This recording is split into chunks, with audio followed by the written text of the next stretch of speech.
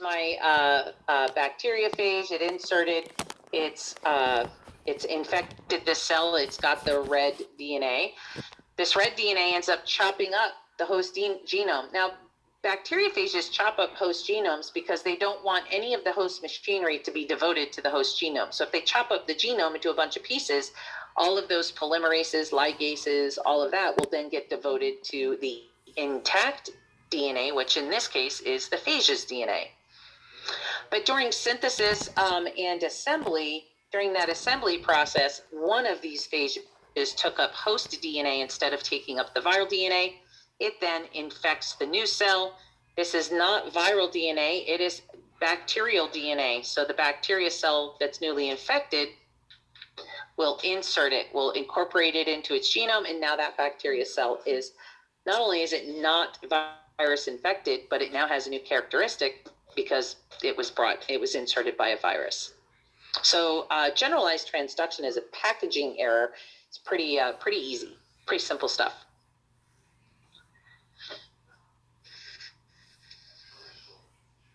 In generalized transduction, a segment of DNA is carried from one bacterial cell to another by a bacterial virus called a bacteriophage, or phage.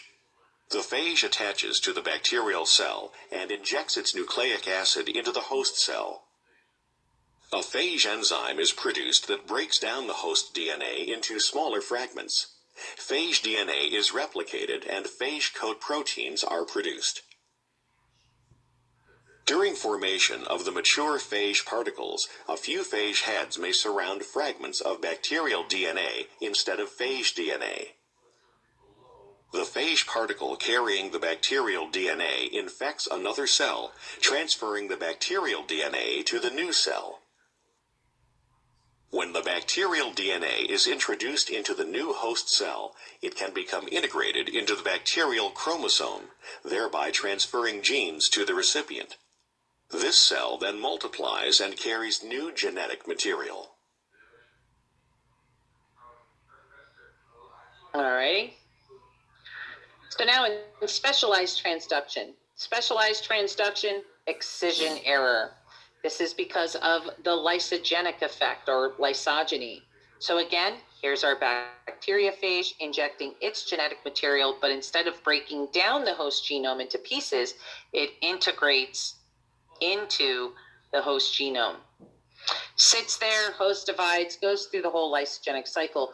But at the end of it, at some point in time, the prophage has to excise itself or remove itself from the host genome in order to produce new viruses. When this happens, it accidentally takes some of that host genome with it.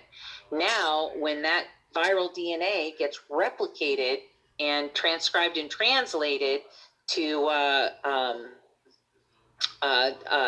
create new viruses, that viral genome copy now has host DNA added to it. So all of the viruses that leave are going to have both viral and host DNA in it. All the same, because they're all replications. So when one of them infects the new cell, if it goes into lysogeny, the new cell is going to incorporate this new host DNA, bacterial DNA, into it, and so we can have some kind of lysogenic conversion there as well.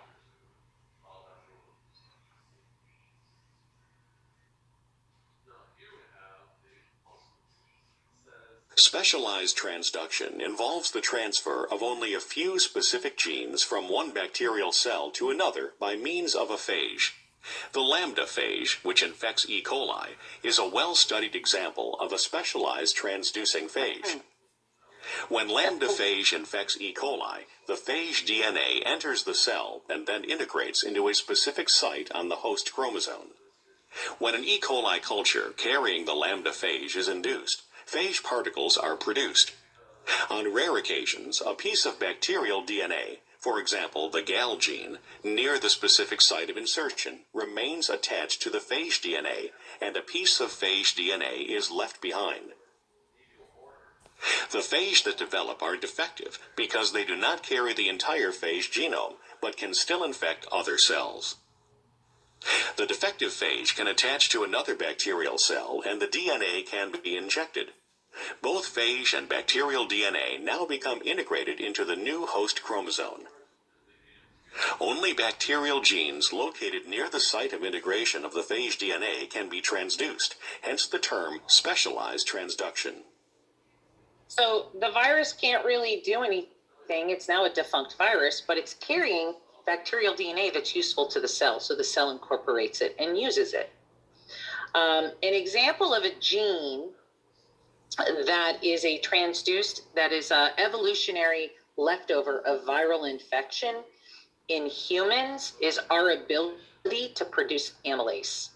Amylase is a viral gene, but we somehow, through lysogeny and what we call proviral infection, that's a very similar process occurred in human cells millions of years ago, and we have evolved and retained the ability to produce amylase, which is an enzyme in our saliva that we use to break down starch. It assists us and provides us with readily made glucose, right? It gives us glucose right away.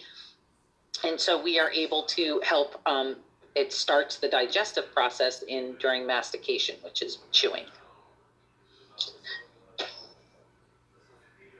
Because the amylase gene is actually found in bacteria before it was found in, humans. All right, let's cooperate with me here. Okay, come on. Especially bacteria Nope, that's not and what I want. culture carrying the lambda. Let's just hit that. There we go. All right. So now that we've seen transduction and we see how bacteriophages replicate, we can use some of these properties of bacteriophages to kind of study them. And one method of study is called a plaque assay. Now, in a plaque assay, here we have a bacteria in a lawn. So I have an agar plate, and the entire surface of the agar plate is coated with a really super soft agar, like a second layer of agar. And this really super soft layer has bacteria in it and bacteriophages. And as bacteriophages begin infecting the bacteria cells that have created this lawn of bacteria on the surface, they create these little circles. These little circles are where bacteria that were originally there have died due to phage infection. So these are called plaques, and this is called the plaque assay to give us an idea of how many bacteriophages may be present in a sample. Plaque assays can also be used to identify bacteria or to identify phages.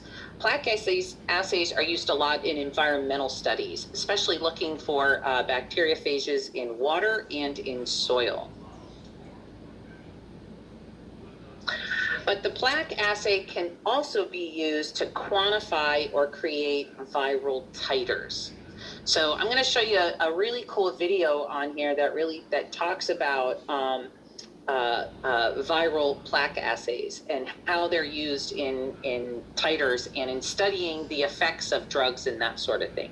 So this video here is talks a lot about what we're looking here on the right, which is testing of drugs. So what concentration of drug is going to kill enough virus that we can determine if this drug is going to be effective.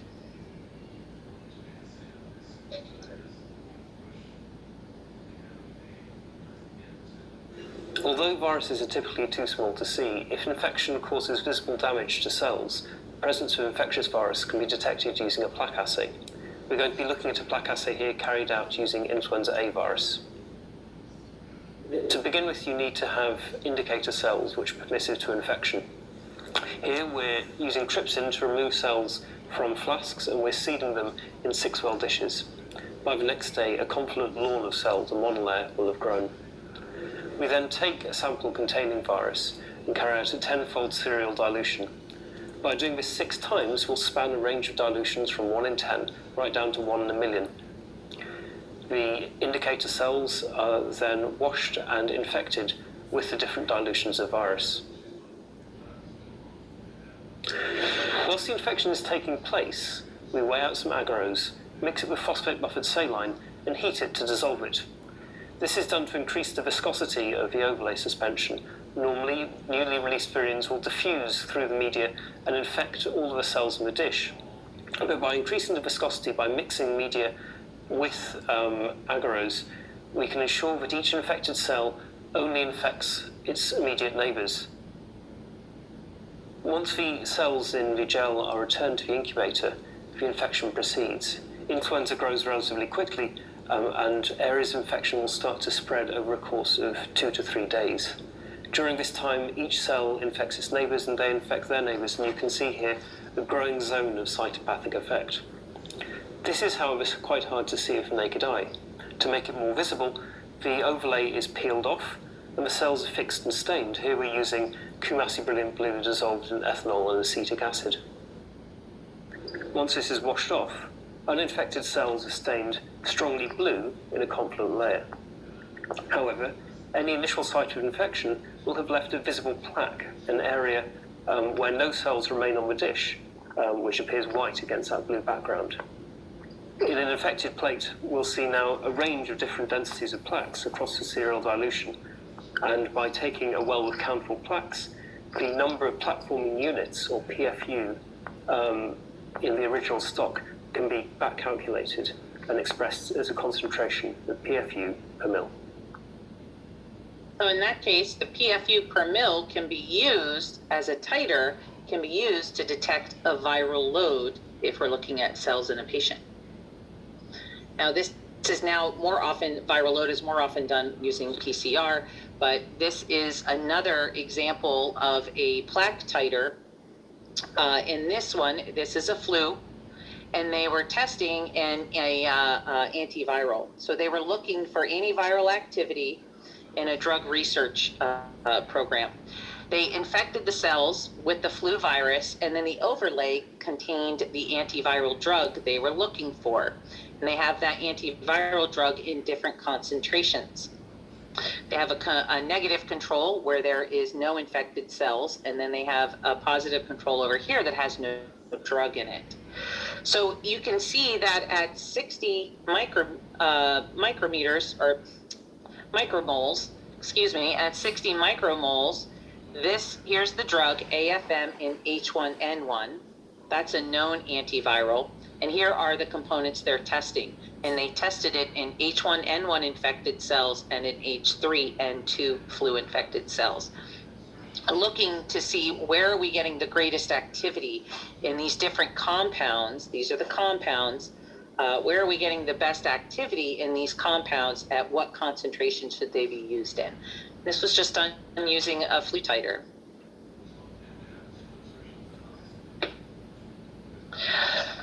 So that brings us to animal viruses. Animal viruses require, they're going to require what are called virus-encoded enzymes. Many animal viruses, in addition to their genetic material, oftentimes have to bring their own, a couple of their own enzymes or proteins. And this is simply because most animal viruses are going to use our molecular machinery to make copies, but sometimes, like retroviruses, they actually have to bring some of their own enzymes with them. Call it a BYOE party. And they have to do this because our cells don't contain those proteins. For example, this is HIV right here. The HIV virus has to bring with it an enzyme called reverse transcriptase. Reverse transcriptase will reverse transcribe the HIV viral RNA into DNA so that the DNA can go into the nucleus and incorporate itself as a provirus in the host genome. But the host genome will not accept RNA, and the HIV virus is an RNA virus. So it's known as a retrovirus. So instead of DNA makes RNA makes proteins, it is RNA reverse transcribe into DNA, which is then transcribed into RNA and then into proteins. So we have to put it in this DNA form for it to get incorporated. So that's why it's called a retrovirus. And it has to bring its own enzyme to do that because our cells don't reverse transcribe. If our cells don't reverse transcribe, if we don't have that protein or that enzyme, then that part of the cell process or viral life cycle won't occur. And so some animal viruses have to bring some proteins with them. Cells that are in